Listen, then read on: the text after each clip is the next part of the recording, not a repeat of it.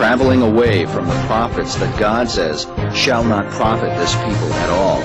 We press on to the true prophecies of God. As Daniel declared, there is a God in heaven who reveals secrets and makes known what shall be in the latter days.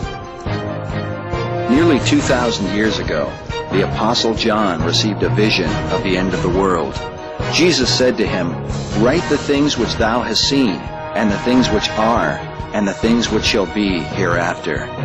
He said, "I, Jesus, have sent mine angel to testify to you these things in the churches." And so John begins his book saying, "Blessed is he that readeth, and they that hear the words of this prophecy, and keep those things which are written therein, for the time is at hand." Certainly the book of Revelation is the premier source of information about the last days. In the midst of many visions, John witnessed something that has intrigued Bible scholars for centuries. A one-world empire that would come to power in the last days. An empire ultimately ruled by one man. I think the clearest evidence in the Bible, probably the books Revelation and Daniel speak to it most specifically, but I think Revelation 13 is indisputable as far as every nation, kindred, and tongue worshiping the beast.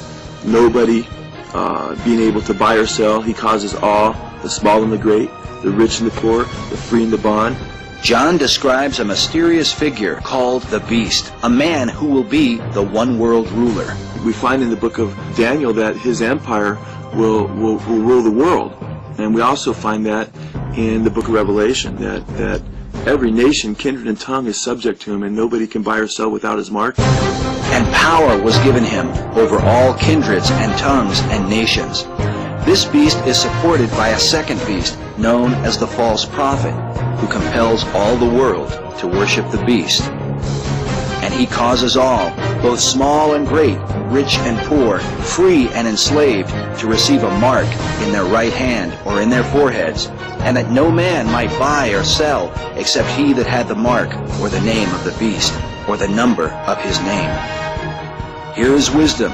Let him that hath understanding count the number of the beast, for it is the number of a man, and his number is 666. That passage describes a global government, absolute dictatorship, a global economy. No one can buy or sell unless they had the mark, and a global coercion that is made possible. So if you have everybody, and that covers everybody, and God went to great lengths to say rich and poor, free and bond, and so forth, to make us understand that this was a worldwide unification in every nation, kindred, and tongue. But this one-world empire had been witnessed centuries earlier by the prophet Daniel.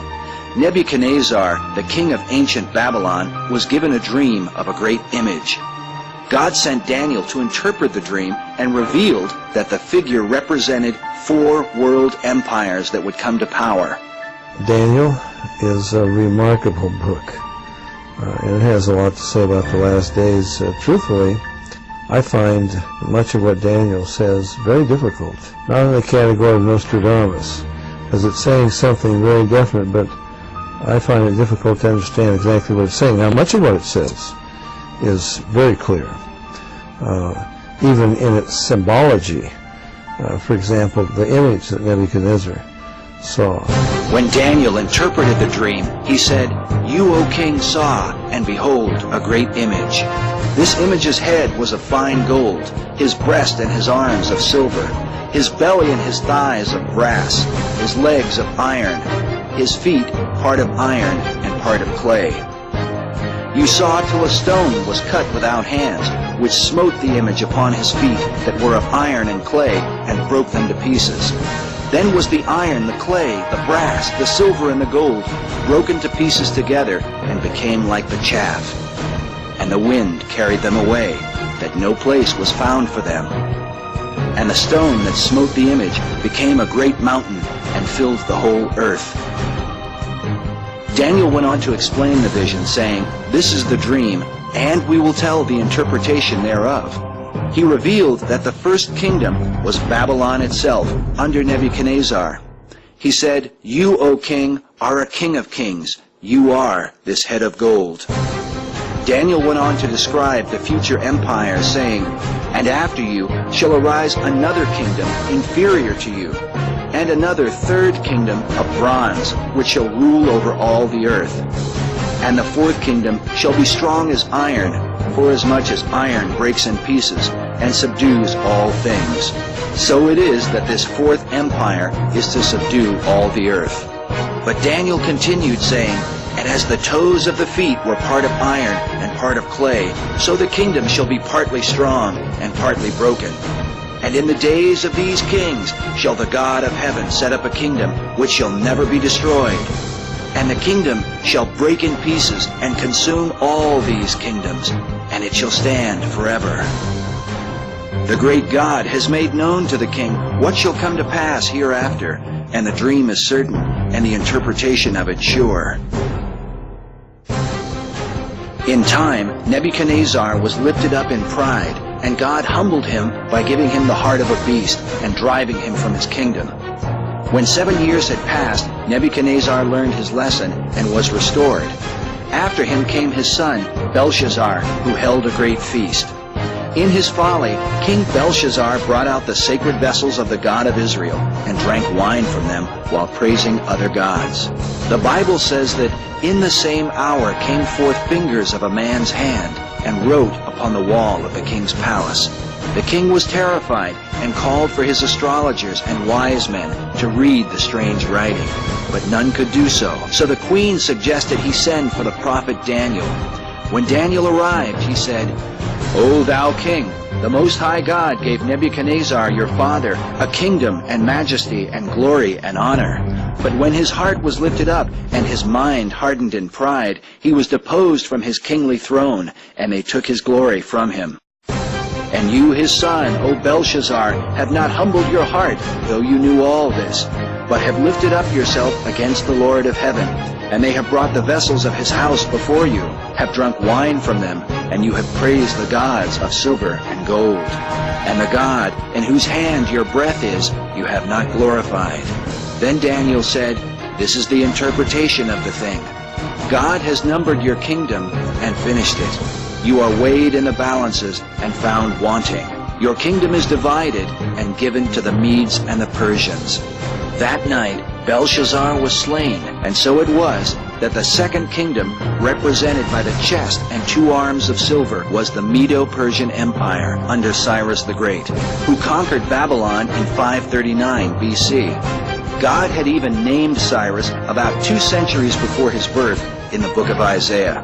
God says of him, "Cyrus, he is my shepherd, and shall perform all my pleasure, saying to Jerusalem, thou shalt be built, and to the temple, thy foundation shall be laid."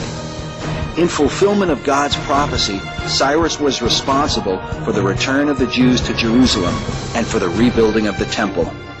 His kingdom continued for nearly 200 years until the coming of Alexander the Great, the king of Greece, the third empire symbolized by the belly and thighs of brass.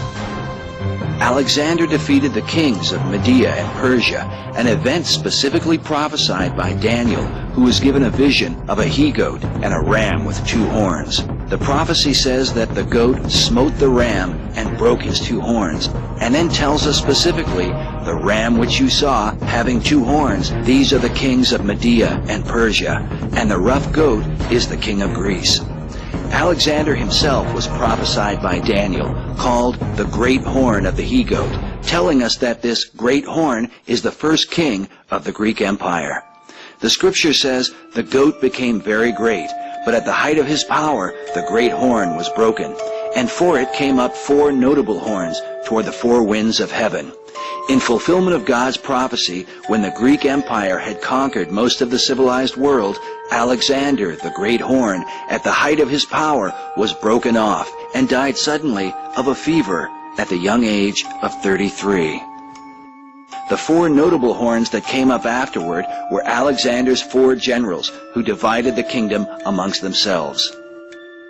Daniel went on to prophesy that Alexander's kingdom would be broken and be divided, though not to his own descendants. For his kingdom shall be plucked up and given to others besides them. After Alexander's death, we read, Philip, his half-brother, Alexander II, his legitimate son, and Hercules, his illegitimate son, were all three murdered, and Alexander's 4 generals took over.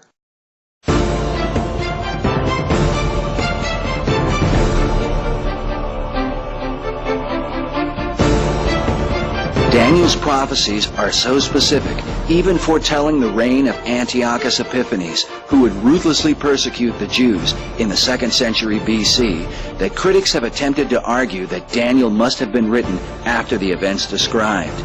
But Daniel's authorship was not questioned until about the 3rd century AD, nearly 900 years after it was written. The first to object was the Greek philosopher and historian Porphyry. The Encyclopedia Britannica tells us that Porphyry was well known as a violent opponent of Christianity and defender of paganism. In defense of Daniel, the Jewish historian Josephus, who lived in the 1st century AD, confirms Daniel's authorship and chronicles how Alexander the Great encountered the book of Daniel. He writes, quote, "When the book of Daniel was showed him, wherein Daniel declared that one of the Greeks should destroy the empire of the Persians, he supposed that himself was the person intended." Originally in Hebrew, the book of Daniel was translated into Greek prior to 270 BC in a document known as the Septuagint, the Greek translation of the Old Testament. This confirms the writing of Daniel well before a number of the prophecies, including that of Antiochus Epiphanes, occurred. The Septuagint itself is an often debated work, but its history is confirmed by Josephus, who gives a detailed account of how its translation came about in the 3rd century BC. The book of Ezekiel, written in the 6th century BC, also makes mention of Daniel, as did Jesus himself, who said specifically, "When you shall see the abomination of desolation, spoken of by Daniel the prophet, whosoever reads, let him understand." Meanwhile, the arguments against the date of Daniel's writing consist only of unbelieving objections rather than historical evidence. The dominance of the Third Empire continued until about 169 BC, when the Greeks lost control of ancient Macedon to the 4th kingdom of Daniel's prophecy.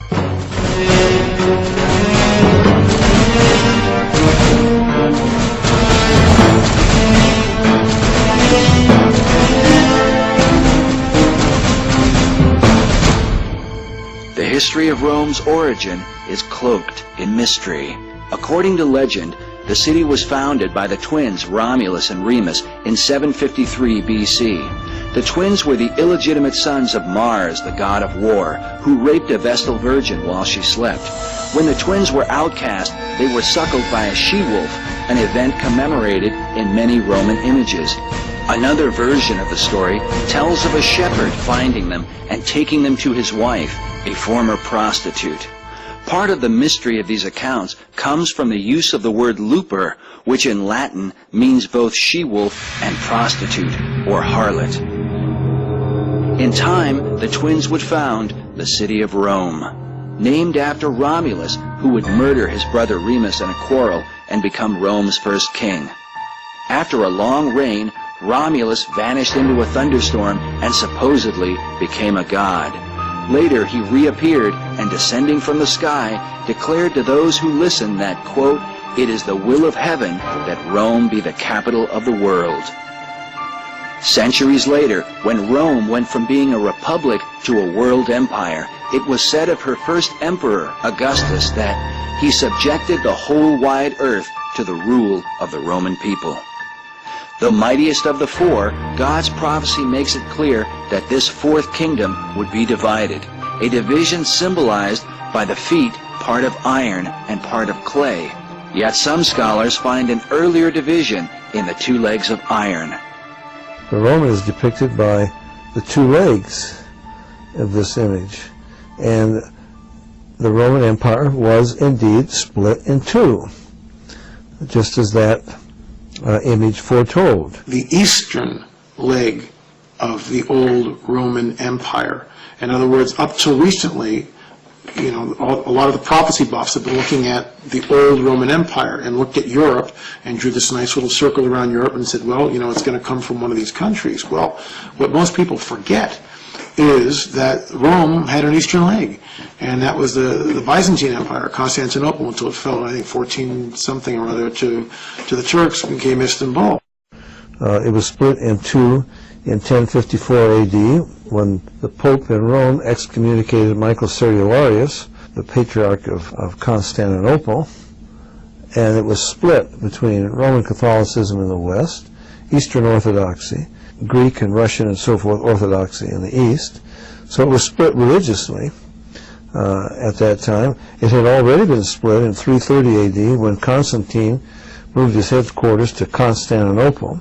You had this whole thriving civilization for, over 1,000 years that was the Eastern Empire and didn't break down really until, the Muslims finally took it over.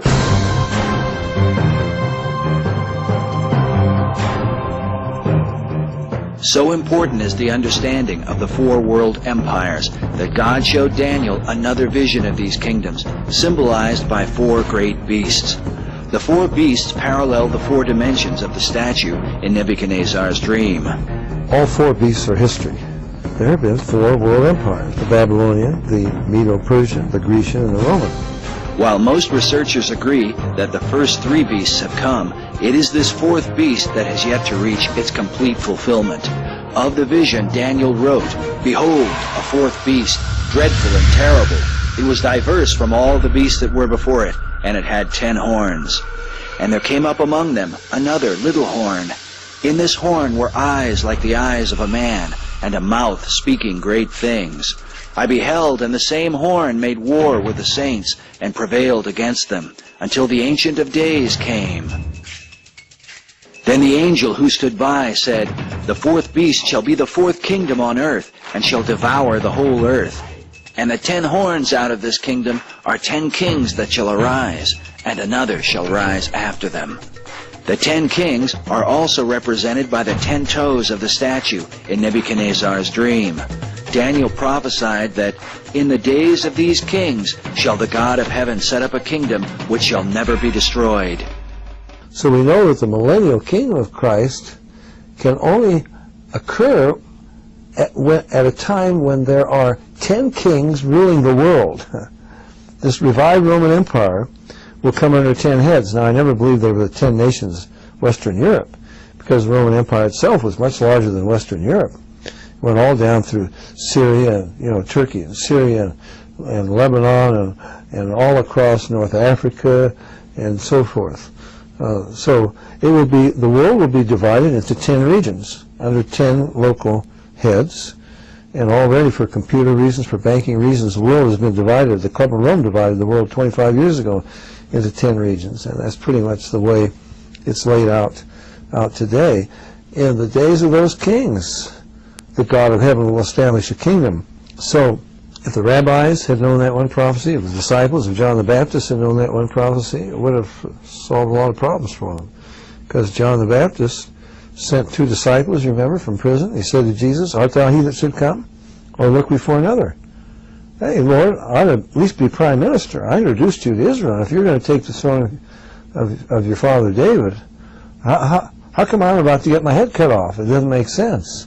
They thought the kingdom would be established then. No. It will only be established when those 10 kings, in the days of those 10 kings. These 10 kings were also witnessed by the Apostle John, who saw a vision of a beast with 7 heads and 10 horns.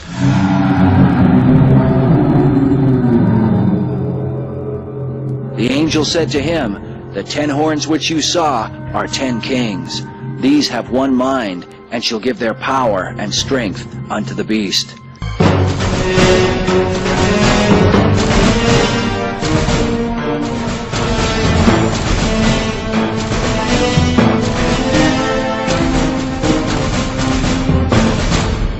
So the world is to be ruled by 10 men, who will ultimately give their power to one man, the little horn of Daniel's vision, the mysterious figure known as the man of sin and son of perdition, Antichrist. There are some people who say well, the Antichrist will be somebody from the past like Hitler or Genghis Khan or, who knows what, resurrected. No, Satan cannot resurrect anybody. He does not have that power. It says he has a deadly wound. See, people talk about, the fourth beast represents the Antichrist and the revived Roman Empire. Then it says, I saw one of his heads. He's got 7 heads. I saw one of his heads, as it were, wounded to death, and his deadly wound was healed, and all the world wondered after the beast. So this is not a resurrection. The beast has never been killed. You can read your history. I don't know much about history, but I read a little bit of history, and I can tell you, that all down through history, all the great families in Europe, they've all dreamed of the revival of the Roman Empire. This empire has never been dead. It was wounded, as it were, to death, but the deadly wound was healed. This is a healing, not a resurrection. And all the world wondered after the beast, and they worshipped the dragon who gave power unto the beast. And they worshipped the beast, saying, Who is like the beast? Who is able to make war with him? The Bible says that all that dwell upon the earth shall worship him, whose names are not written in the book of life of the Lamb. Scholars believe this worship denotes a one-world religion focused on both the dragon, whom the Bible calls Satan, and the beast, or Antichrist. This apostate church, as some have called it, is symbolized by yet another figure in John's Revelation. The angel said to him, Come here, I will show you the judgment of the great harlot that sits upon many waters. So he carried me away, and I saw a woman sit upon a scarlet-colored beast, having 7 heads and 10 horns. And the woman was arrayed in purple and scarlet, having a golden cup in her hand, full of abominations. And upon her forehead was a name written, Mystery, Babylon the Great, the mother of harlots and abominations of the earth.